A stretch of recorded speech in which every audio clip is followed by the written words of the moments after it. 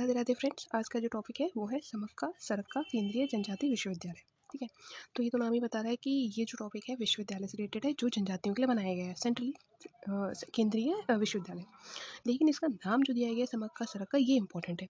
तो हमें सबसे पहले वही पता होना चाहिए कि इस विश्वविद्यालय का नाम यही क्यों दिया गया है। तो ये तो हमें नाम ही बता रहा है कि ये समक्का सरक्का का जो रिलेशन है वो किसी जनजाति स्पेसिफिक से हुआ, तो वही है। तो अब यहाँ पे ये है क्या, सबसे इम्पोर्टेंट जो आपको याद रखना है वो ये कि समक्का सरक्का तो मावेटी थी जिन्होंने टैक्स के खिलाफ, मतलब उस टाइम पे हुआ क्या था, सूखा पड़ गया था।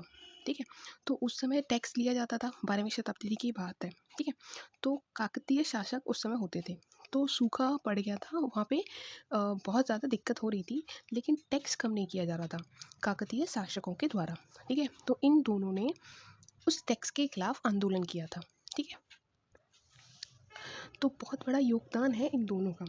इसीलिए तेलंगाना सरकार ने समक्का सरक्का जठारा को राज्य उत्सव भी घोषित किया है। ठीक है, ये द्विवार्षिक मेला है। द्विवार्षिक मेला मतलब 2 साल में एक बार लगता है। ठीक है, और एशिया का सबसे बड़ा जनजातीय मेला है। तो यहाँ पे एग्जाम्पल फंसा सकता है, एशिया का सबसे बड़ा जनजातीय मेला है। तो अगर एग्जाम्पल पूछे एशिया का सबसे बड़ा है, तो एशिया का सबसे बड़ा तो है, लेकिन जनजातियों में सबसे बड़ा है। तो ये आप थोड़ा ध्यान रखिएगा। ठीक है, भारत का दूसरा बड़ा मेला है। जैसे हम सब जानते हैं सबसे बड़ा मेला कुंभ मेला होता है, तो कुंभ मेला के बाद जो दूसरा बड़ा मेला माना जाता है वो जनजातीय मेला माना जाता है। तो ये याद रखिएगा, इसीलिए बोला। ठीक है, अब ये जो जनजाति है उसका नाम है कोया जनजाति। ठीक है, कोया जनजाति जो तेलंगाना जिले में है, तेलंगाना राज्य में है, वहीं पर इसको मनाया जाता है।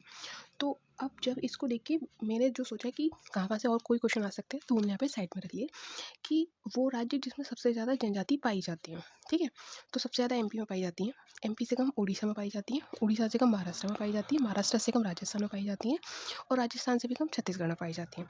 तो आपको ध्यान क्या रखना है, बेसिकली मैंने टॉप 5 लिखे थे, लेकिन टॉप तो पता ही होने चाहिए कि सबसे ज़्यादा जो जनजाति हैं वो एमपी में पाई जाती हैं। जबकि ये कहाँ की बात चल रही है, ये बात चल रही है तेलंगाना की। ठीक है, अब ये तो हो गया कि कौन से राज्य में सबसे ज़्यादा जनजाति है। अब कौन सी जनजाति सबसे ज़्यादा है, तो वो भी मैंने लिख लिया था, भील जनजाति है जो 38% है। और ये कौन सा है, कोया जनजाति के द्वारा बनाया गया। ठीक है, तो सबसे बड़ी जनजाति जो भारत में पाई जाती है वो है भील जनजाति, 38%। तो दूसरे नंबर पे है जो है गौंड जनजाति, और तीसरे पर संथाल। संथाल आपने नाम सुना भी होगा, संथाल विद्रोह। ठीक है, तो वो किन्होंने किया था, सिद्धू और कान्हो जी ने। ठीक है, इससे पहले वाली वीडियो में मैंने अलग से आपको ऐसे ही नोट्स में बताया भी था। ठीक है, अच्छा, जब मैं सबसे बड़ी जनजाति पढ़ रही हूँ तो मैं सबसे छोटी भी मेरे को पता होना चाहिए। सबसे छोटी जो जनजाति है उसका नाम है टोटो। ठीक है, जो इंडिया भूटान का जो बॉर्डर है वहाँ पे इंडिया में पाई जाती है। ठीक है, इंडिया भूटान का जो बॉर्डर है वहाँ पे इंडिया साइड पाई जाती है टोटो जनजाति, जो टोटोपोरा नाम का एक गांव है वहीं मिलती है। ठीक है, तो अब तक हमने क्या पढ़ लिया कि समक्का सरक्का ये मावेटी थी, इन्होंने काकतीय शासक, या नाम याद रखिएगा, काकतीय शासकों के खिलाफ विद्रोह किया था। वो तब जब सूखा पड़ गया था।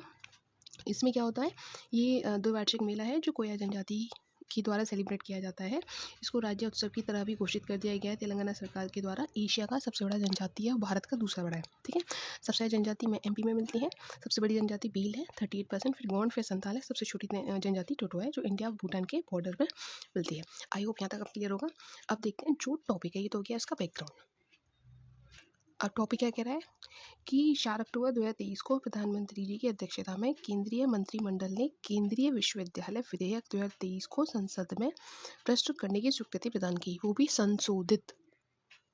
मतलब क्या, मतलब ये जो हमारा केंद्रीय विश्वविद्यालय अधिनियम 2009, याद रखिएगा 2009 है, उसमें संशोधन किया जा रहा है। संशोधन क्यों किया जा रहा है, इसी विश्वविद्यालय की स्थापना के लिए किया जा रहा है। अब ये विश्वविद्यालय कहाँ पे खोला जा रहा है, ये खोला जा रहा है तेलंगाना के मुलुगु जिले के अंदर। ठीक है, आई होप ये आपको क्लियर हुआ होगा। बेसिकली आपको समक्का सरक्का जो इसका बैकग्राउंड है वो थोड़ा दिमाग में आपको पता होना चाहिए। अब जो हमारा नेक्स्ट टॉपिक है वो है ट्रैवल फॉर लाइफ। तो सबसे पहले इसमें लाइफ क्या रिप्रेजेंट कर रहा है वो पता होना चाहिए।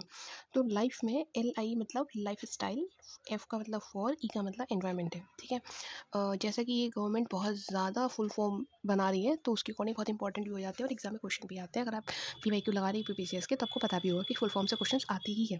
ठीक है, तो मैंने ना इसको यही लिख लिया है।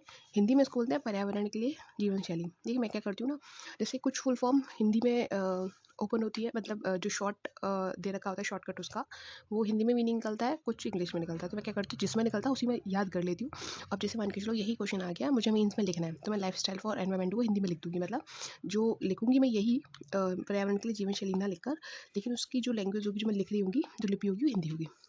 आप भी चाहे तो ऐसा कर सकते हैं, जैसे याद करने में दिक्कत होती नहीं है, ठीक है। तो जैसा नाम बता रहा है लाइफस्टाइल फॉर एनवायरनमेंट, मतलब ये जो भी कंसेप्ट है वो एनवायरनमेंट से रिलेटेड होगा ही होगा, ठीक है। अब देखिए यहाँ पे भारत के नेतृत्व वाला एक वैश्विक जन आंदोलन है, मतलब इसका जो नेतृत्व करता है वो भारत है, तो हमारे लिए वैसे ही बहुत ज़्यादा इंपॉर्टेंट हो जाता है, ठीक है। तो अब इसमें है क्या कि मोदी जी गए थे 2021 नवंबर में ग्लासगो यूनाइटेड किंगडम में, जो आयोजित हुआ था UNFCCC, मतलब United nation framework convention on climate change, ठीक है। यहाँ पर ये गए थे, यहाँ पे 26 कॉप सम्मेलन होता है, कॉप मतलब कॉन्फ्रेंस ऑफ पार्टीज, ठीक है, वहाँ पे गए थे 2021 में। तो वहाँ पे इसका प्रस्ताव दिया गया था, ठीक है। 21 की बात में प्रस्तावित कर दिया गया।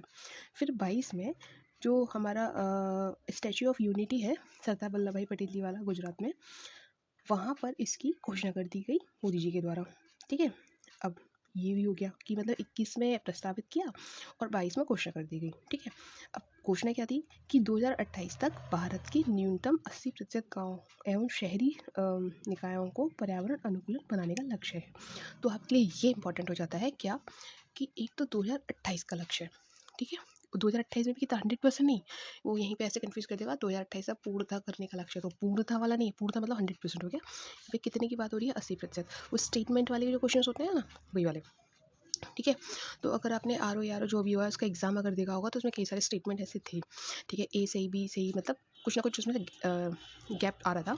तो यहाँ पे मुझे लगता है ऐसा कि एग्जामिनर घुमा सकता है कि 2028 तक पूरा करने का लक्ष्य है, 2028 तक पूरा करने का लक्ष्य बिल्कुल नहीं है, पूरा करने का लक्ष्य नहीं, 80% का लक्ष्य है 2028 तक, याद रखिएगा।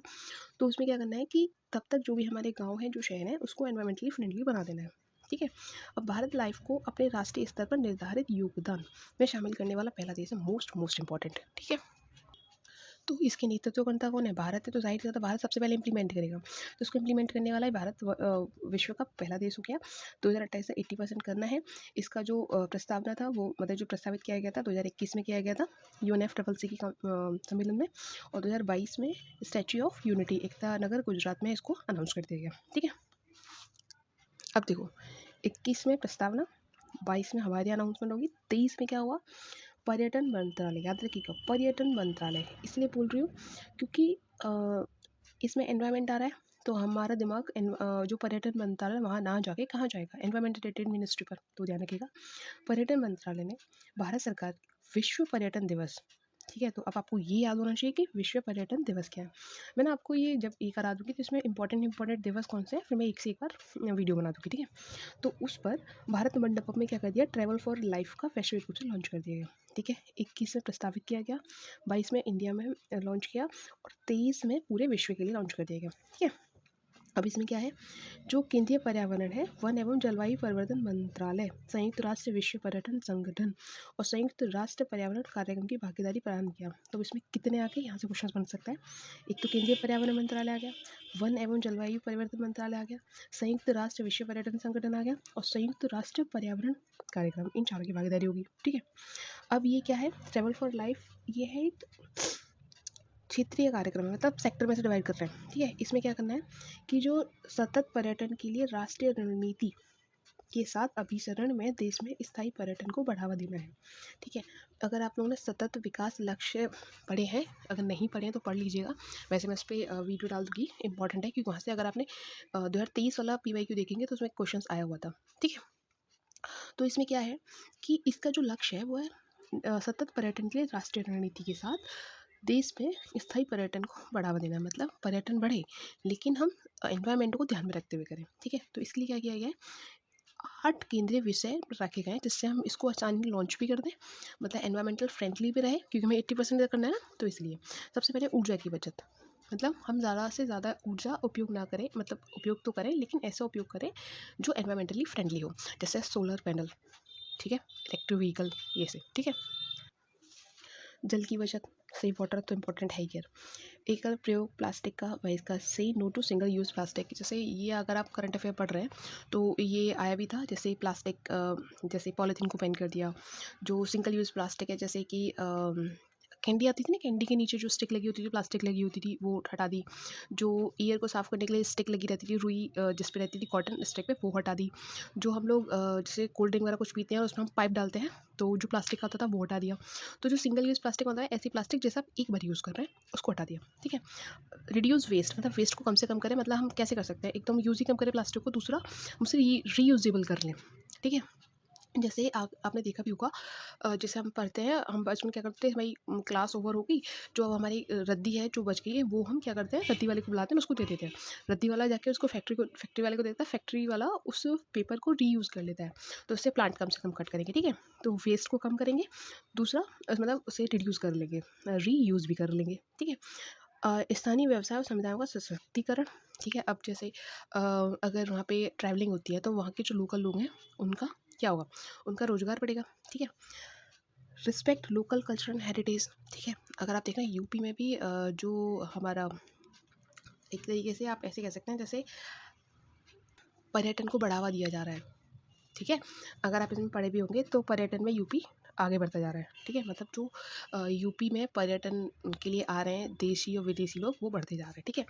तो उससे क्या हुआ, अगर हम सम्मान करेंगे जो मतलब हमारे यहाँ लोकल में है, जो हमें दे रखा है नेचर में, तो हम वहाँ पे पर्यटन को बढ़ा दे सकते हैं। लेकिन अब हमें वहाँ पे क्या करना है कि इन चीज़ों को ध्यान रखना है कि ये रोज़गार तो बढ़ेगा, लेकिन एनवायरमेंटली फ्रेंडली तरीके से। ठीक है। स्थानीय खाद्य पदार्थों का सेवन। ठीक है। अब जाहिर सी बात, आप जहाँ जाएंगे तो वहीं की लोकल चीज़ें खाएंगे, तो वहाँ के लोगों का बिजनेस बढ़ेगा। ठीक है। प्राकृतिक धरोहर का संरक्षण। जैसे मैंने अभी आपको एक एग्जांपल दिया था, प्लांट वाला, रद्दी वाला ले जाता है और फिर उसको रीयूज़ कर लेता है, प्लांट कम से कम कट होंगे। तो ये मेरे अकॉर्डिंग आपको आर्ट दिमाग में रखनी चाहिए। 2-3 बार पढ़ लेंगे तो दिमाग में रहेगा, ऑब्जेक्टिव आएगा तो हम कर लेंगे भैया ये था कि ये नहीं था। ठीक है। अब ट्रैवल फॉर लाइफ कार्यक्रम के 2 अलग-अलग क्षेत्रों में प्रारंभ किया गया है। स्वच्छता के लिए ट्रैवल फॉर लाइफ और ग्रामीण पर्यटन के लिए ट्रैवल फॉर लाइफ, ये याद रखिएगा। स्वच्छता के लिए और एक ग्रामीण पर्यटन के लिए। ठीक है। अब इसमें क्या है, स्वच्छता के लिए ट्रैवल फॉर लाइफ एक राष्ट्रव्यापी स्वच्छता अभियान है, जिसे देश के 108 पर्यटन स्थलों पर संचालित करने की योजना बनाई है। मोस्ट इंपॉर्टेंट 2 टाइप का क्या हुआ, एक स्वच्छता के लिए, ग्रामीण पर्यटन के लिए भी, और स्वच्छता के लिए भी हमें कितने के 108 पर्यटन स्थल को बनाया गया है। ठीक है। अब इससे पहले पढ़े, उससे पहले आपको एक पॉइंट बता देती हूँ जो रिलेटेड इंपॉर्टेंट था। नेक्स्ट है, इसी से रिलेटेड मैंने डाल दिया था कि 1992 में क्योटो प्रोटोकॉल हुआ था। मतलब जब मुझे लगता है, आप तो जानते हैं कि मैं उससे रिलेटेड कर लेती हूँ जिससे रिवीजन हो सके। और ठीक है। तो 1992 में क्योटो प्रोटोकॉल हुआ था, जिसमें ग्रीन हाउस गैसेस का उत्सर्जन कम करना था। मतलब हमने ये माना था, विश्व ने ये कंक्लूजन पाए थे कि हम ग्रीन हाउस गैसेस के उत्सर्जन को कम कर रहे हैं, जितना हम कर सकते हैं करें, जिससे हम क्लाइमेट चेंज को बचा सके। तो आप याद रखिएगा, 1992 में क्योटो प्रोटोकॉल आया था। 2015 में पेरिस समझौता हुआ था। इसका काम ये था कि जो ग्लोबल टेम्परेचर है वो 1.5 से 2 डिग्री, एवरेज ग्लोबल टेम्परेचर जो है 1.5 से 2 डिग्री के बीच रहना चाहिए, उससे ज़्यादा नहीं बढ़ना चाहिए। ठीक है। और 2018 में ग्रीन क्लाइमेट फंड की योजना आई थी। अगर आप पढ़ रहे हैं PYQ, तो अभी चर्चा भी हुई थी इस पर कि जो विकसित देश हैं वो विकासशील देशों को कुछ अमाउंट देंगे, जिससे वो अपने यहाँ भी क्लाइमेट चेंज के लिए सस्टेनेबल वर्क कर सकें। ठीक है। अब यहीं पे ये क्वेश्चन आए हुए हैं, इसलिए मैं लिख लिए थे। ग्रीन हाउस गैसेज में कौन कौन आते हैं, तो CO2 आती है, CH4 आती है, नाइट्रस ऑक्साइड आता है, हाइड्रोफ्लोरोकार्बन आते हैं, SF6 और NF3, और पेरफ्लोरोकार्बन भी आते हैं, PFCs। ठीक है। ये मैंने लिख लिया था। अब आई होप यहाँ तक क्लियर होगा। नेक्स्ट टॉपिक देखते हैं। इसमें क्या है, सर्वश्रेष्ठ पर्यटन ग्राम प्रतियोगिता। अब यहाँ पे क्या है कि ये केंद्रीय पर्यटन मंत्रालय द्वारा संचालित है, तो ये याद रखना है। इसका उद्देश्य क्या है, इसका उद्देश्य है कि जो विलेज टूरिज्म है वो बढ़ सके। ठीक है। तो अब यहाँ पे क्या है, 27 दिसंबर को विश्व पर्यटन दिवस, याद रखिए 27 सितंबर, पहले भी आया था। सर्वश्रेष्ठ पर्यटन ग्राम पुरस्कारों को विवेचना की, तो बस यहाँ पे ये याद रख लिएगा, 27 सितंबर है विश्व पर्यटन दिवस। इसमें 35 गाँव को पुरस्कृत किया गया, 5 गाँव को गोल्ड, 10 को सिल्वर और 20 को ब्रॉन्ज मिला। 5 को गोल्ड, 10 को सिल्वर और 20 को ब्रॉन्ज। ठीक है। अब जो 5 गाँव है, इसमें दावर जम्मू एंड कश्मीर का है, शरमौली UK का है, मतलब उत्तराखंड, ये रैक का है, रेयक मिजोरम का है, कंथालुरु केरल का है, मंडाला मध्य प्रदेश का है। तो आई थिंक आपको इतना तो याद रखिए कौन कौन सी स्टेट का है, जम्मू कश्मीर, उत्तराखंड, मिजोरम, केरल और MP। अब इसमें यूपी को जो मिला है ब्रॉन्ज, उन 10 में से एक है जो है कोरोना ग्राम, यूपी के लिए ये इंपॉर्टेंट है। तो वीडियो बहुत लंबा हो गया है, आई होप आपको यहाँ से क्लियर होगा। कमेंट में बताइएगा आपका व्यू। राधे राधे।